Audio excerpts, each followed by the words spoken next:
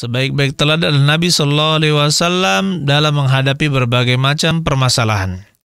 Ketika Nabi Shallallahu Alaihi Wasallam ditanya oleh seseorang, contohnya, akullu amin ya Rasulullah, akulla amin ya Rasul, apakah kami berhaji setiap tahun ya Rasulullah? Fasakat. Nabi Shallallahu Alaihi Wasallam diam sebentar, diam sejenak, ya, diam sejenak, menantikan wahyu. Karena Nabi Shallallahu Alaihi Wasallam pada saat itu tidak tahu jawabannya. Akhirnya setelah beliau tahu, ya maka beliau menjawabnya. Kemudian di dalam kasus yang lain, Nabi Shallallahu Alaihi Wasallam berdiam diri ketika ditanya yas'alunak, ya mereka bertanya kepadamu dalam ayat-ayat Al-Quran, mereka bertanyamu tentang ini, tentang ini, tentang ini, dan Nabi Shallallahu Alaihi Wasallam terdiam dulu. Ketika mereka bertanya, Nabi Shallallahu Alaihi Wasallam menunggu wahyu untuk bisa menjawab soal-soal dari para sahabat. Jadi Nabi Shallallahu Alaihi Wasallam tidak tergesa-gesa di dalam menjawab permasalahan-permasalahan atau soal-soal yang diajukan kepada beliau. Kemudian ayolah ikhwan, ya kita perlu ingatkan, saya sebutkan di sini ada 3 ayat yang menunjukkan kita tidak boleh berbicara tentang ilmu agama tanpa ilmu. Berbicara tentang agama, apalagi berbicara tentang Allah dan Rasulnya tanpa ilmu. Begitu pula menjawab pertanyaan-pertanyaan dari orang yang bertanya tanpa ilmu. Sekarang ini banyak orang yang tidak memiliki keahlian ilmu, ya, tidak bisa bahasa Arab, hafalan Qur'annya juga sedikit, hafalan hadisnya juga hampir tidak ada atau sangat sedikit sekali. Kemudian pemahaman fikihnya juga baru tentang bab-bab ibadah, ya, tidak lengkap mempelajari fikih. Begitu pula ilmu-ilmu yang lain. Ternyata sudah memberanikan diri maju dan tampil ke depan untuk apa? Tampil ke depan untuk apa? Untuk menjawab pertanyaan-pertanyaan manusia padahal dia bukan ahlinya. Maka kita katakan ini sangat berbahaya bagi orang tersebut, ya, tasaddur, ya, beranikan diri untuk tampil padahal dia belum pantas untuk tampil. Oleh karena itu saudara-saudara sekalian, ya sebenarnya diajarkan kalau kita terpaksa tampil, terpaksa ditanya, ya ada permasalahan, maka limpahkanlah dulu kepada orang yang lebih berilmu. Limpahkanlah dulu kepada orang yang lebih berilmu. Jadi kita tahu kadar diri kita, kadar keilmuan kita. Dan termasuk hal yang kurang beradab, yang tidak beradab, apabila kita mengetahui ada orang yang lebih berilmu dari kita di samping kita, kemudian kita menjawab pertanyaan dari orang yang bertanya tanpa menyodorkan terlebih dahulu kepada orang yang lebih berilmu. Saudara-saudara sekalian yang mudah-mudahan kita dirahmati oleh Allah Subhanahu wa taala. Allah Subhanahu wa taala berfirman di dalam surat Al-Isra ayat 36. Wala taqfu ma laysa laka bihi ilm. Inna as-sam'a wal basara wal fuada kullu ulaika kana anhu mas'ula. Wala taqfu, janganlah kamu ikuti ma laysa laka bihi ilm, yang engkau tidak ada ilmu padanya. Inna as-sam'a, sungguhnya pendengaran, wal basara, dan penglihatan, wal fuada, dan juga hati, kullu ulaika kana anhu mas'ula, maka semuanya itu, ya, anhu mas'ula, kana anhu mas'ula, itu akan mas'ula, ditanya.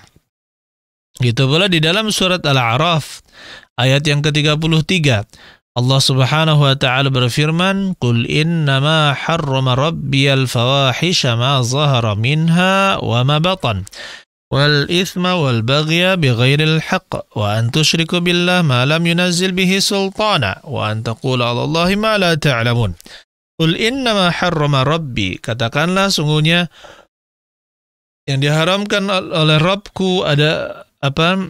Qul innama harrama rabbiyal fawahish, sungguhnya Rabbku mengharamkan al-fawahish, yang perbuatan-perbuatan keji, ma zahara minha wa ma batan, yang tampak maupun yang tersembunyi, wal ithma, begitu pula perbuatan dosa, wal baghya bi ghairil haqq, dan berbuat zalim tanpa hak, wa an tusyriku billahi ma lam yunazzil bihi sultana, dan kalian berbuat syirik kepada Allah yang yang Allah tidak turunkan ya penjelasan atau ilmu tentangnya. Wa an taqulu 'ala Allahi ma la ta'lamun. Dan yang terakhir, wa an taqulu, dan kalian berkata 'ala Allah, tentang Allah, ma la ta'lamun, apa-apa yang kalian tidak ketahui. Oleh karena itu saudara-saudari sekalian yang mudah-mudahan kita dirahmati oleh Allah Subhanahu wa taala, berbicara tentang Allah tanpa ilmu itu haram.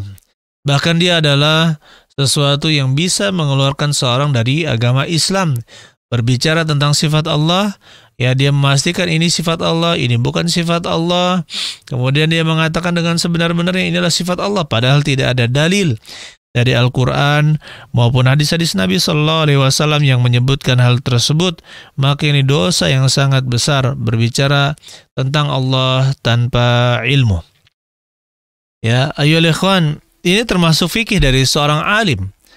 Dan betapa banyak saya dengarkan dari murid-murid Syekh bin Baz.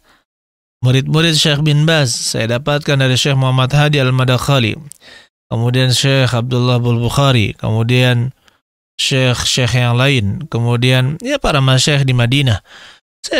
Beliau mengatakan bahwa Syekh bin Baz adalah orang yang paling banyak mengatakan la adri, saya tidak tahu, saya tidak tahu. Subhanallah, padahal kita tahu ya ilmunya Syekh bin Baz, kedudukan beliau baik secara kedudukan maupun keilmuan, bahkan ilmunya menyebar, ilmu beliau menyebar sampai beliau setelah meninggal ke berbagai penjuru dunia, diterjemahkan ke dalam berbagai macam bahasa termasuk bahasa Indonesia. Keilmuan Syekh bin Baz. Kemudian ayyuhal ikhwan rahimani wa rahimakumullah, dan kita juga berguru kepada Syekh Abdul Muhsin Al-Abbad, ya, Syekh Abdul Muhsin Al-Abbad. Beliau subhanallah orang yang ketika saya hadir umur beliau adalah 79-80 tahun.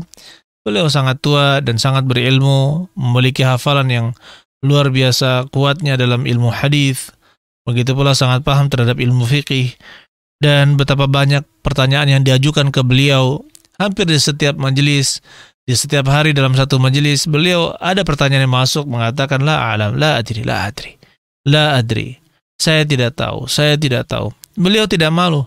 Bahkan kalau misalkan kita katakan, kalau kita tanya para nasyayikh, siapa guru antum yang paling antum favoritkan, artinya yang paling tinggi keilmuannya, maka banyak di antara para masyayikh kita ya mengatakan Syekh Abdul Muhsin Al-Abbad, Syekh Abdul Muhsin Al-Abbad di Madinah. Oleh karena itu ya ikhwan, Syekh Abdul Muhsin Al-Abbad, beliau ini saya katakan sepantaran dengan Syekh Fauzan dan juga Syekh Muhammad bin Shalih Al-Utsaimin, karena beliau secara strata keilmuan beliau adalah murid dari Syekh bin Baz, dan keilmuan beliau juga diakui oleh para ulama, dan beliau adalah orang yang sangat sering mengatakan la adri, saya tidak tahu, saya tidak tahu.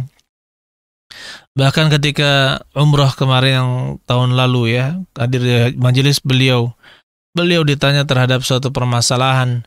Saya ingat waktu itu fitnah tentang Al-Ash'ath. Ya, ini tercantum di dalam buku sejarah fitnah Al-Ash'ath, dan beliau ketika ragu dalam menjawabnya mengatakan la adri, la atadzakkar minhu syai'a. Saya tidak ingat sedikit pun tentang itu.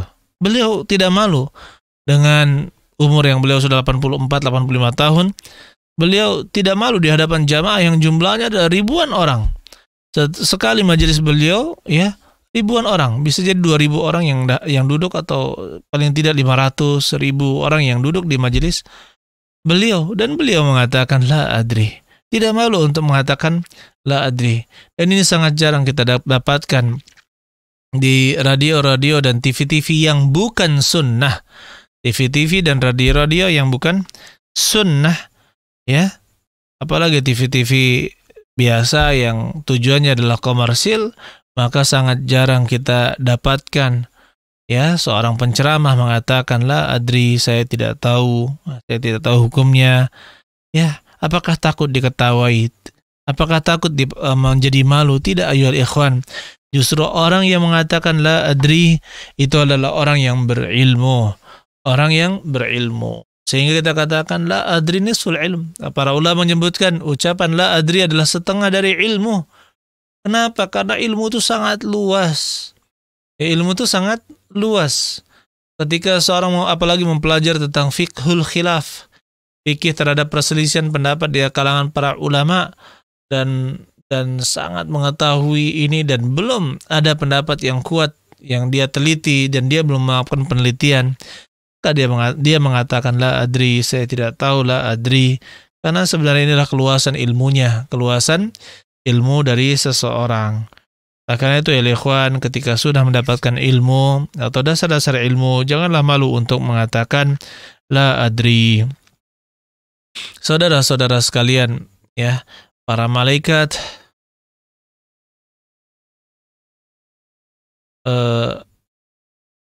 juga menyebutkan la ilma lana illa ma 'allamtana.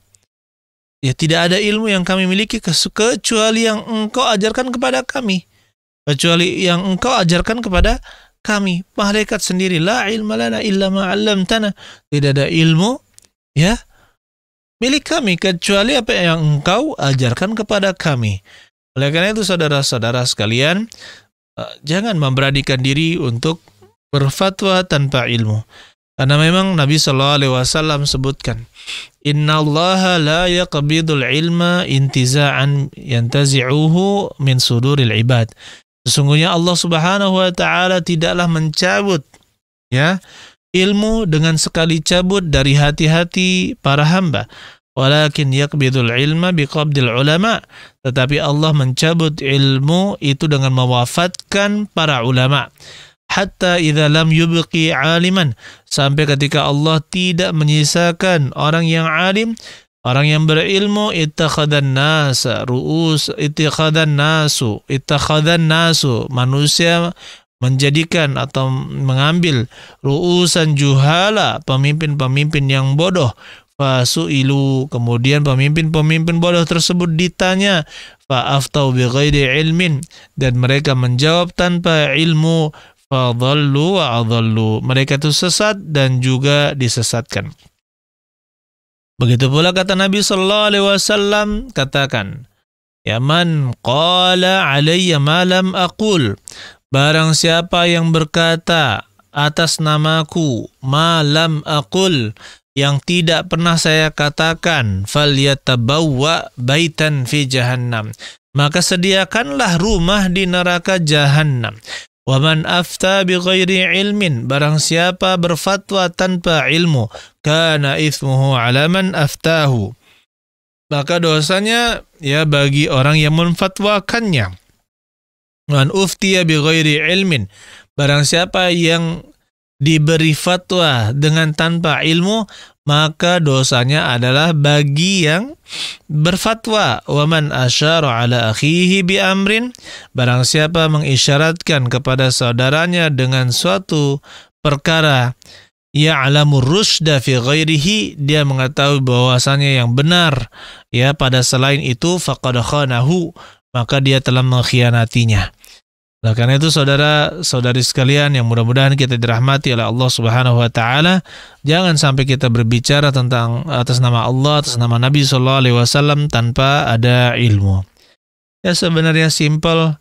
Jika seseorang tidak tahu dalil dari Al-Qur'an, tidak tahu dalil dari hadis Nabi sallallahu alaihi wasallam dan dia ragu, maka tutup mulut dan jangan berbicara. Perintahkanlah atau ajaklah orang tersebut untuk bertanya kepada ahli ilmu, kepada para ulama, ya, dan jangan memberanikan diri untuk berfatwa. Tetapi kalau misalkan permasalahan-permasalahan umum, ya, seperti yang diketahui berapa kali jumlah basuhan dalam berwudu, maka jawabannya semuanya 3 kali kecuali kepala hanya 1 kali. Ini permasalahan-permasalahan yang sifatnya umum. Bagaimana cara tayamum? Diajarkan cara bertayamum, dia paham dalilnya, pernah melihat juga hadis-hadisnya. Dia praktekkan kepada orang yang bertanya kepadanya tentang cara bertayamum, dan dia yakin akan ilmu tersebut, maka kita katakan silahkan, sampaikan. Tapi kalau misalkan permasalahan-permasalahan yang pelik, permasalahan-permasalahan yang sulit, ya, seperti misalkan masalah persusuan, masalah pernikahan, masalah muamalah, masalah ibadah yang terjadi khilaf di dalamnya, ya masalah-masalah yang lain, apalagi permasalahan-permasalahan kontemporer yang berkaitan dengan darah, pemberontakan, pengkhianatan, pembunuhan, dan yang lain-lainnya, maka ini kembalikanlah kepada ulama dan jangan memberanikan diri untuk berbicara tanpa ilmu.